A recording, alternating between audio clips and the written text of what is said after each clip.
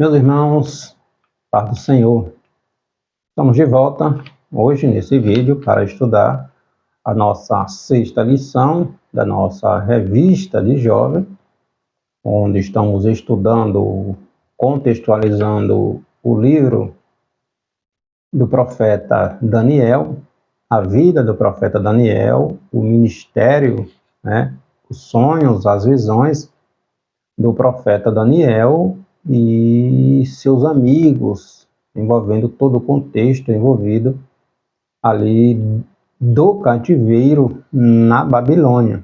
Pegamos da primeira invasão de Nabucodonosor e seu exército ao reino de Judá em 605, 606, 605 aproximadamente, onde Daniel, seus amigos Misael, Ananias e Azarias, o rei Joaquim, a sua mãe Neusta e muitos nobres de Judá foram levados cativos para a Babilônia. Segundo a invasão de Nabucodonosor, 597 a.C., onde Ezequiel foi levado também para a Babilônia, e a terceira e última, com a destruição do reino de Judá, do templo, dos muros da cidade, em 586 a.C.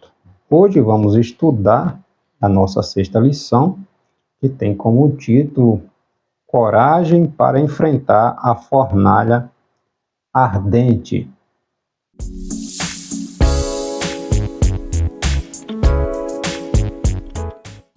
Hoje vamos falar sobre a fidelidade daqueles três amigos de Daniel, tá?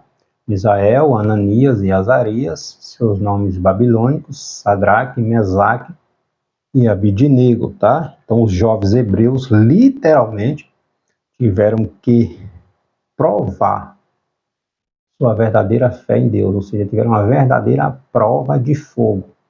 Ou é, ou não é. Então, chegou o momento de dizer, realmente tu é cristão? Chegou a hora de tu provar se tu é cristão mesmo, se tu está falando do teu coração ou da boca para fora. Tu vai sentir na pele se realmente essa tua fé é verdadeira ou se você está apenas falando da boca para fora. O texto principal da nossa lição, nosso texto-aula, está no capítulo 3 de Daniel, versículo 17. Eis que nosso Deus é quem a quem nós servimos, é que nos pode livrar. Ele nos livrará da fornalha de fogo ardente e da tua mão, ó Rei. Resumo da lição: se demonstrarmos coragem de recusar a idolatria, podemos confiar que Deus nos protegerá. Objetivos dessa nossa sexta lição, tá? Narrar o episódio em que o rei mandou construir a estátua de ouro, inspirar-se com a coragem dos amigos de Daniel e compreender o conceito de idolatria e sua aplicação atualmente. No primeiro capítulo de Daniel, nós vemos ali os jovens tendo uma prova de fé, no seu Deus, onde capítulo 1, versículo 8, onde eles, juntamente com Daniel, decidiram em não se contaminar ao comer, se alimentar do banquete, do alimento real que era servido no rei, no palácio, haja vista, por ser alimentação considerado contaminado pelos judeus, ou também por ser consagrado aos deuses babilônicos. Eles decidiram não se contaminar, nem comendo das iguarias, nem do vinho. Segunda lição, nós temos ali a prova, também onde eles quase perderam as suas vidas por causa da estátua, da imagem do sonho de Nabucodonosor, onde eles estavam considerados na categoria dos sábios, juntamente com Daniel, e Nabucodonosor, porque os sábios babilônicos, os magos, os astrólogos, os feiticeiros, os adivinhos, não conseguiram dizer o que Nabucodonosor havia sonhado, nem dada a interpretação, Nabucodonosor determinou degolar, exterminar, matar todos os considerados sábios, na categoria dos sábios, na Babilônia. Daniel e seus amigos estavam incluídos. Daniel, juntamente com seus amigos, vai orar a Deus. Deus dá, através da noite, ali no sonho, o significado do sonho de Nabucodonosor e o próprio sonho. Deus revela a Daniel. Daniel passa, conta a Nabucodonosor e eles escapam. Agora, no capítulo 3, agora novamente uma prova de fogo para estes jovens. Daniel não está sendo citado aqui no capítulo 3, mas Misael, Ananias e Azarias tiveram que provar novamente sua fidelidade a Deus, sua fé a Deus diante da iminência de serem lançadas numa fornalha de fogo por recusar e adorar a imagem de Nabucodonosor. Então, mesmo ameaçados de morte, Nabucodonosor ameaçou lançá-los na fornalha de fogo. Eles decidiram, mesmo que se por acaso Deus não quisesse livrá-los, eles não negariam sua fé em Deus, tá? E também, né, essa lição tem uns ensinamentos para nós, pegando o exemplo deste jovem, nos adverte sobre os cuidados com as formas sutis de idolatria do nosso tempo, né, que procura tirar a centralidade de Deus nas nossas vidas. Então, as sutilezas do inimigo, elas são bem incisivas, tá? São muito perspicazes, né? Tentando ludibriar, nos atrair numa forma de dizer não tem nada a ver, isso não faz mal, o que é que tem? Tá? Então a gente precisa ter cuidado para não sermos enganados pelas investidas do inimigo contra a nossa fidelidade a Deus. Nosso texto bíblico está no capítulo 3 de Daniel, versículo do 1º ao 6º. O rei Nabucodonosor fez uma estátua de ouro, cuja altura era de 70 côvados, e a sua largura de 6 côvados. Levantou-a no campo de Dura, na província de Babilônia. O rei Nabucodonosor mandou ajuntar os sátrapas, os prefeitos, os presidentes, os juízes, os tesoureiros, os conselheiros, os oficiais e todos os governadores das províncias para que viessem à consagração da estátua que ele, o rei Nabucodonosor, tinha levantado. Então se ajuntaram os sátrapas, os prefeitos, os presidentes, os juízes, os tesoureiros, os conselheiros, os oficiais e todos os governadores das províncias para a consagração da estátua que o rei Nabucodonosor tinha levantado, e estavam em pé diante da imagem que Nabucodonosor tinha levantado.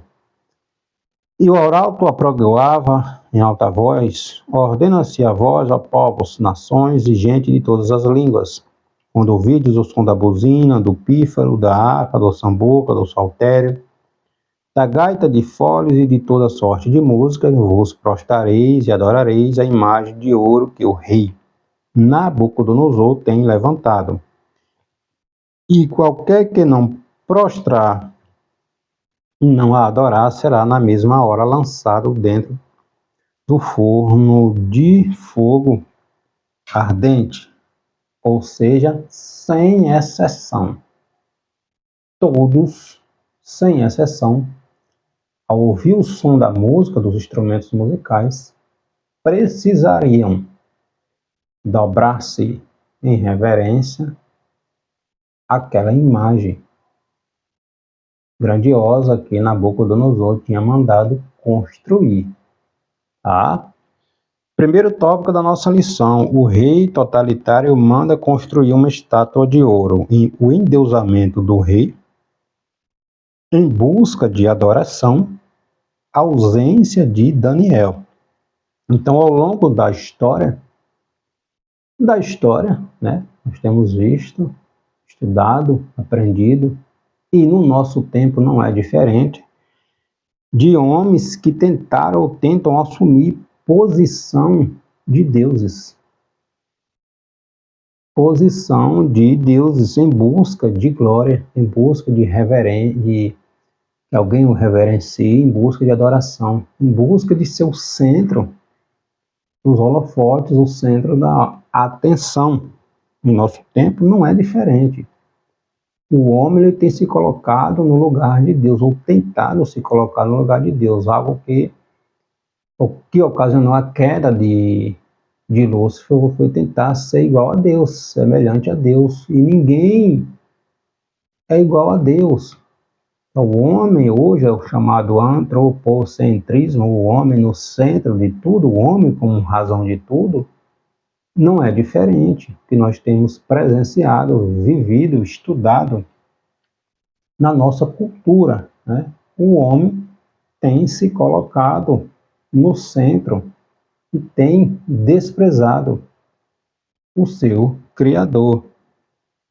Não foi exatamente isso que o rei Nabucodonosor, naquela ocasião, também fez.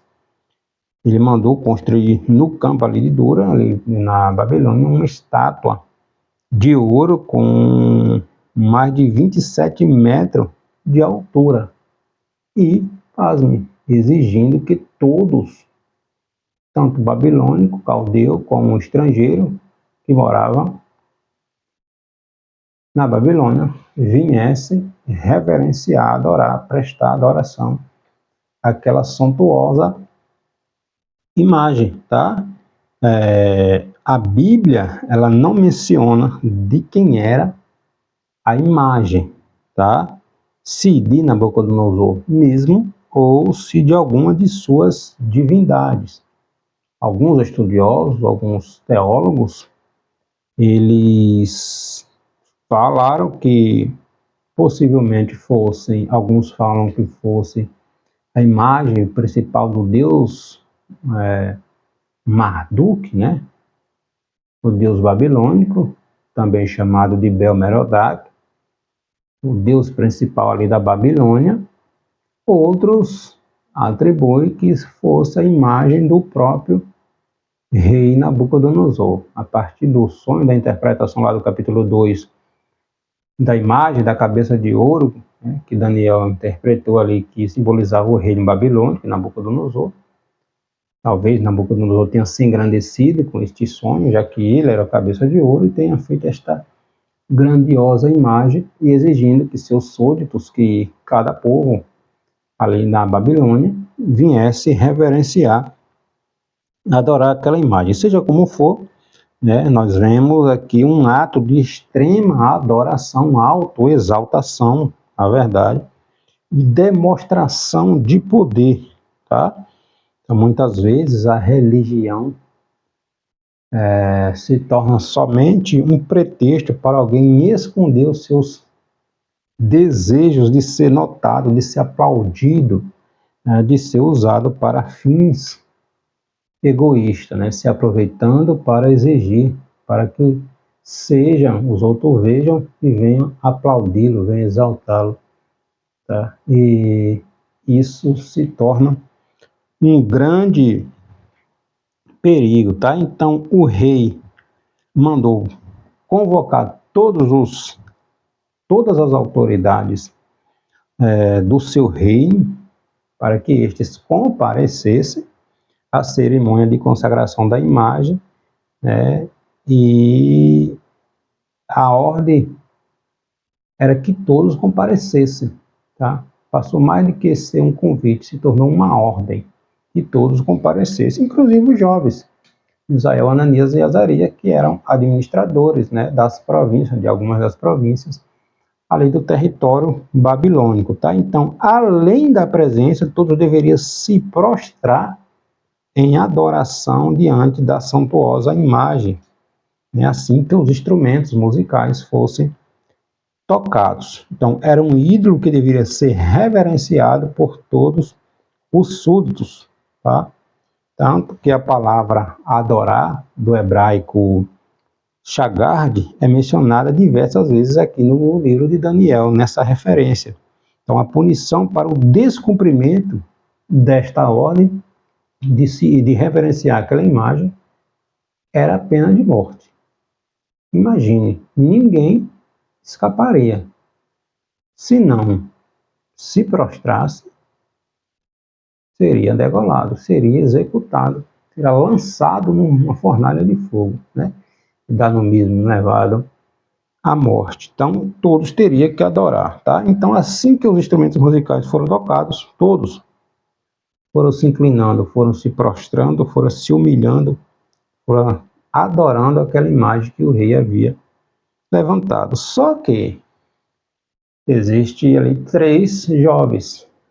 Aqui o capítulo 3 de Daniel vem relatar 3 jovens. Lembrando que um dos motivos para o povo de Israel ir para o cativeiro foi o quê? A adoração a imagens. E aí? Vou continuar adorando? Se um dos motivos, um dos principais motivos do cativeiro foi deixar de adorar o único e exclusivo Deus para adorar outras imagens, vai continuar adorando a imagem? Só que aqui, nesta ocasião, ou adora ou morre. O adoro vai ser lançado no lago na fornalha de fogo. E aí? Uma verdadeira prova de fidelidade, tá? Então, Daniel não é mencionado nesse capítulo, possivelmente Daniel como governador, né? Como primeiro-ministro ali ministro de Estado ali da Babilônia, talvez tivesse alguma viagem, Daniel não é mencionado aqui neste capítulo, tá? Onde estava e o que fazia na ocasião disso aqui não é revelado sobre o profeta Daniel. O fato dele não estar diretamente envolvido neste fato também indica que a coragem e a fé não eram exclusivamente de Daniel. Nós temos isso lá no capítulo 1, versículo 8, quando eles decidem não, né, compactuar, não se alimentar, não comer das iguarias do rei. Tá? Na interpretação do sonho de Daniel, Daniel chamou seus amigos para orar a Deus, então estavam unidos a mesmo propósito, tá? E aqui agora vamos mostrar a fidelidade destes jovens, tá? Então mostra que a fé e a fidelidade ao Senhor era qualidade compartilhada também igualmente por outros jovens hebreus, judeus, não simplesmente pelo profeta Daniel. Misael, Ananias e Azarias também tinham essa fidelidade com Deus. E é isso que eles dizem, né? Mesmo, ó rei, que Deus não nos livre, nós não vamos adorar a tua imagem. Pronto. Se para isso o resultado final é a morte, que seja. Mas, meu Deus, eu não vou negar minha fé, eu não vou relativizar. Será que nós agiríamos desta forma? Hoje, por tão pouco, se abandona a fé, se olha para trás, abandona Cristo, abandona a comunhão com os irmãos e volta para o mundo. Então, aqui um exemplo que estes jovens nos ensina, tá? Segundo tópico da nossa lição, a coragem dos amigos de Daniel, a denúncia e o perfil dos acusadores dos jovens, a bravura destes jovens, o Deus que salva na fornalha, tá? Então, diante do decreto de Nabucodonosor, que todos deveriam adorar a imagem, alguns caldeus, né, se dirigiram ao rei denunciando esses 3 jovens, né? Porque esses 3 jovens não adoraram a imagem de Nabucodonosor, né? Por não se curvarem à imagem que Nabucodonosor havia mandado construir. E eles vão a Nabucodonosor, os acusadores, chega diante de Nabucodonosor, tá? Capítulo 3, versículo 12 do livro, e diz: há uns jovens, uns homens hebreus, que tu constituíste, ó rei, sobre os negócios da província de Babilônia, Sadraque, Mesaque e Abednego, e eles mesmos, ó rei, não fazem caso de ti, e a teus deuses não servem, nem a estátua de ouro que levantaste não adoram. Então, nós vemos aqui eles acusando os jovens, tá? Vemos aqui um sentido, uma inveja, quando eles dizem, né, os jovens que tu constituíste, colocasse nas províncias, né, os jovens hebreus que chegaram como escravos, agora estavam né, administrando as províncias ali na Babilônia, nós vemos estes possivelmente, né, invejosos, porque a posição que estes jovens desempenhavam na Babilônia era invejada por muitos, tá? Então arrumaram logo meio de acusar. Segundo, eles bajuladores, tá? Ao apelarem para o ego do rei, dizendo: não fazem caso de ti. Estes jovens não fazem caso de ti, ó rei. E segundo, nós vemos aqui questão de ingratidão, no capítulo 2, quando Daniel e seus amigos foram orar a Deus para que Deus desse a interpretação do sonho de Nabucodonosor. Então, quando Deus dá a interpretação ao sonho a Daniel, através da oração, da intercessão de Daniel e seus amigos, esses próprios acusadores aqui tiveram suas vidas poupadas, porque eles estavam incluídos na lista daqueles que seriam mortos. Decreto do próprio Nabucodonosor. Deus, através de Daniel e de seus amigos, deu o livramento a estes homens. Entretanto, eles não perdiam a oportunidade de tentar derrubar estes jovens fiéis a Deus, tá? Então, incitaram Nabucodonosor contra estes jovens, inflamaram a ira do rei ali para que Misael, Ananias e Azarias fossem lançados no fogo, tá?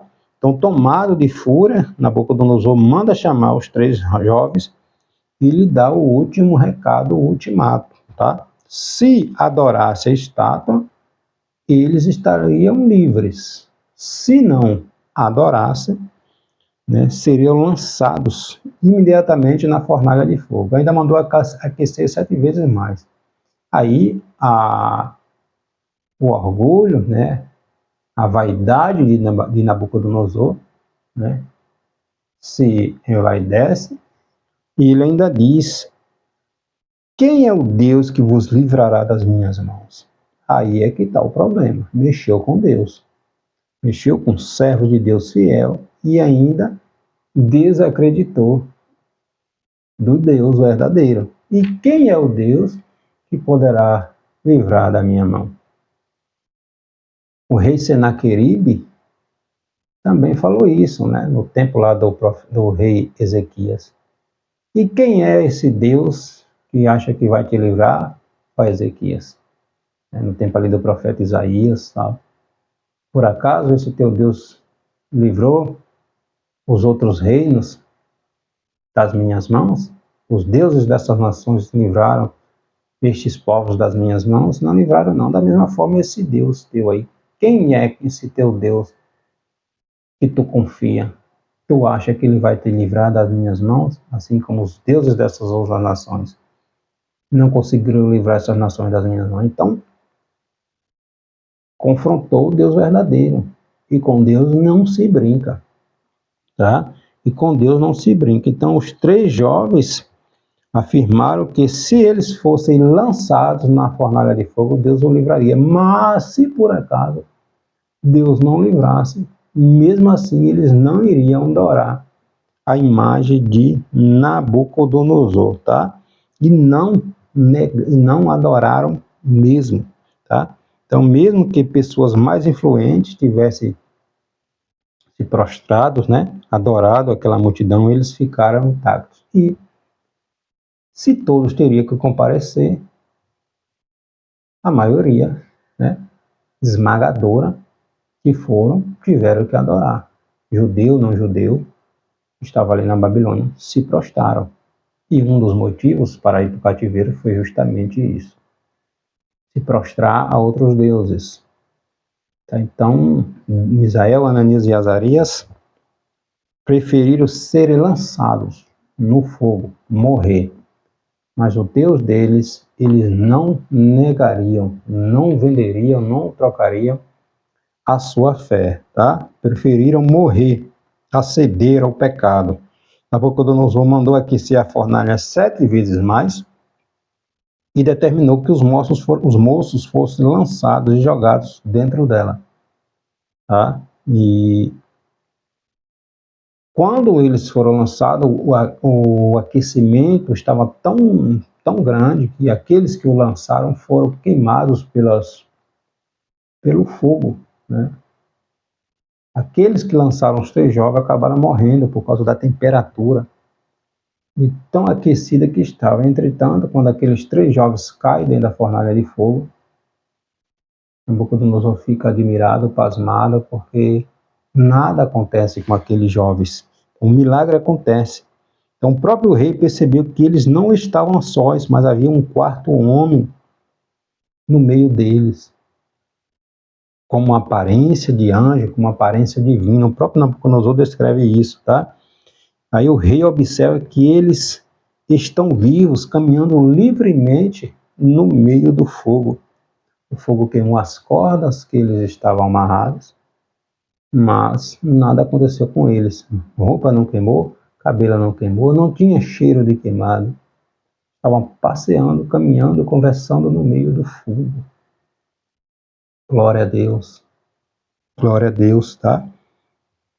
O fogo queimou apenas as cordas, mas eles saíram ilesos. Então, Nabucodonosor deu glória ao Deus verdadeiro por causa de um ato de fé destes jovens, né? Como resultado da fidelidade, né, e o bom testemunho destes jovens, o rei agora, em vez de exigir adoração, louva a Deus e diz que se por acaso alguém blasfemar contra o Deus de Sadraque, Mesaque e Abednego, que esse, sua casa, sua família serão despedaçados.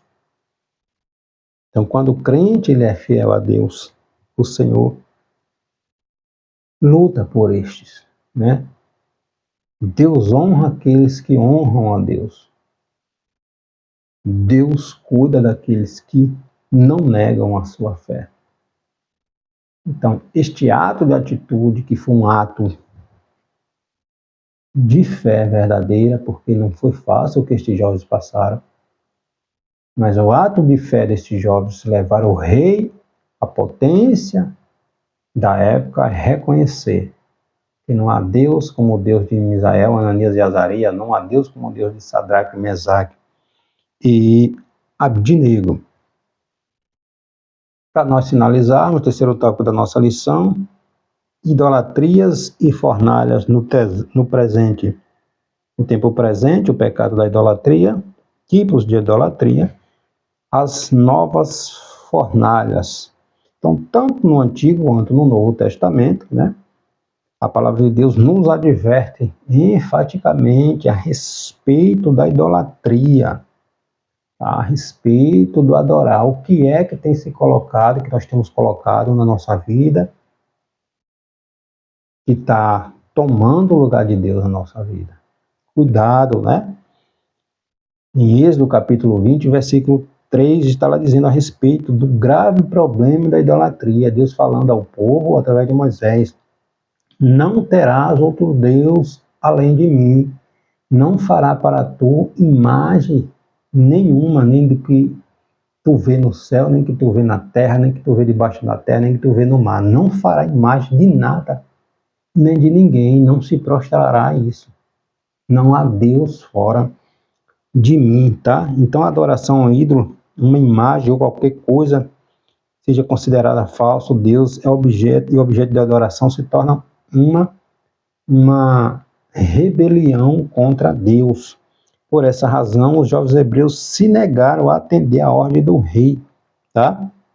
A sua nação estava sendo castigada principalmente por causa dessas atitudes do povo, ao adorar todo tipo de coisa, ao dar as costas para o Deus verdadeiro, entende? Então, eles sabiam que qualquer forma de compromisso com a idolatria já era uma negação a Deus, pois o verdadeiro testemunho é baseado na integridade. A expressão é esta que não sai simplesmente dos lábios, mas brota do coração. Então, qualquer coisa que se coloca, que substitui a comunhão com Deus, passa a ser o Deus na vida daquela pessoa. Passa a ser o Deus naquela pessoa, para aquela pessoa. Se está tomando o lugar de Deus, passa a ser um Deus naquela pessoa, para aquela pessoa. tá? Então, muito cuidado, entende? Então, além da devoção religiosa, os falsos deuses e imagens de escultura, a idolatria também pode se manifestar de várias outras formas, tá? Condutas que vai excluir a primazia de Deus na vida desta pessoa. Tem a chamada autolatria, né, que é a forma de idolatria própria, o endeusamento, o individualismo, o chamado narcisismo, entende? Onde a pessoa, o ego da pessoa, a autoimagem é colocado em primeiro lugar, né? Essas pessoas se tornam amantes de si mesmo, se auto-adorando, né? Existe o culto à personalidade, né? Valorização exacerbada, veneração excessiva de pessoas, figura pública, artista, influência, enfim, pessoas religiosas. Então, qualquer pessoa, qualquer objeto, qualquer coisa que muitas vezes estão colocando, né, endeusando, idolatrando essas pessoas, se torna uma forma de idolatria, o amor ao dinheiro, o amor à riqueza, a busca desenfreada por riqueza a qualquer custo. Jesus vai dizer que não tem como servir a Deus e servir as riquezas. Temos que ter cuidado, né? Idolatria na política, quantos endeusando políticos, né, influenciadores, né? A supervalorização de ideias e formas de pensamento segundo a tradição humana, né? Deixando o que a palavra de Deus diz e ensina em segundo plano na vida dessas pessoas, tá? Então a gente precisa ter cuidado. Nabucodonosor não foi o único governante a exigir que as pessoas tivessem lealdade absoluta a ele, exigindo que adorasse aquela imagem que ele construiu, né? Em uma clara demonstração de poderio, né? Exigindo que as pessoas se humilhassem, se submetessem, reverenciassem a sua figura, a sua imagem, né? O seu eu, vendo como um Deus. E isso é um perigo, entende? Esse tipo de regime totalitário acontece. Nós vemos acontecendo em muitos países, né? Transformando o Estado ou o líder político em objeto de reverência absoluta, por meio do culto à personalidade, ou seja, um sistema no qual o governo possui o controle sobre os aspectos da vida dos cidadãos deste país, dessas pessoas, tá?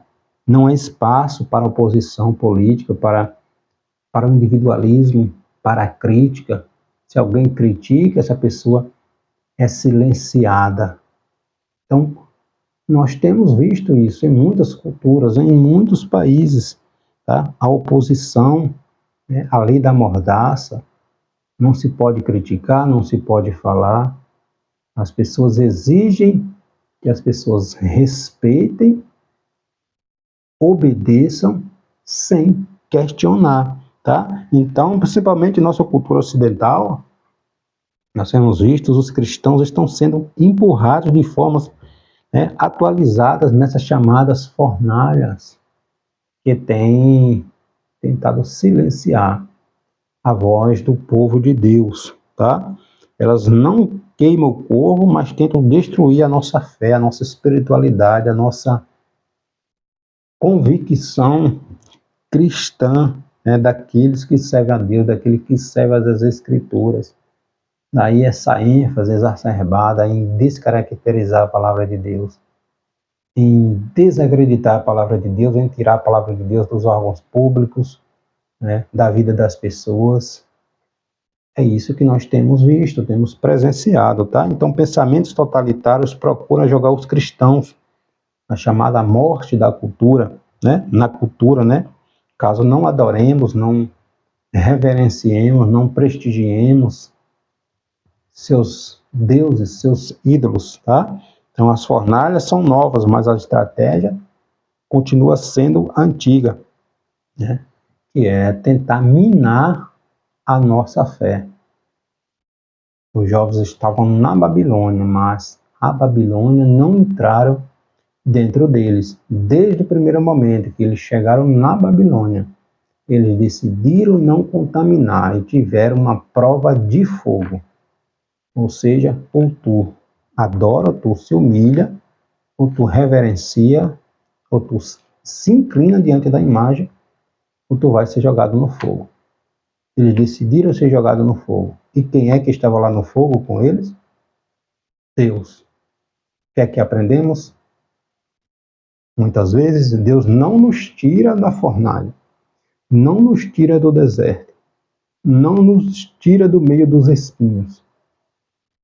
Ele entra conosco e nos ensina lições valiosas a depender dele e a confiar nele. Você pode até lançar no fogo, mas ele nos livra no fogo para, através dessa atitude de fé nossa, seu nome, seu reino seja engrandecido e as pessoas, os arrogantes, os que se acham, os que acham que são, reconheçam que numa atitude de fé de um pequenino, Deus quebranta corações e reinos se prostram diante de Deus, conforme a imagem do sonho de Nabucodonosor. Deus é quem estabelece reinos, Deus é quem destitui reinos, porque o maior reino, o reino que nunca terá fim, é do Senhor. Amém? Deus abençoe.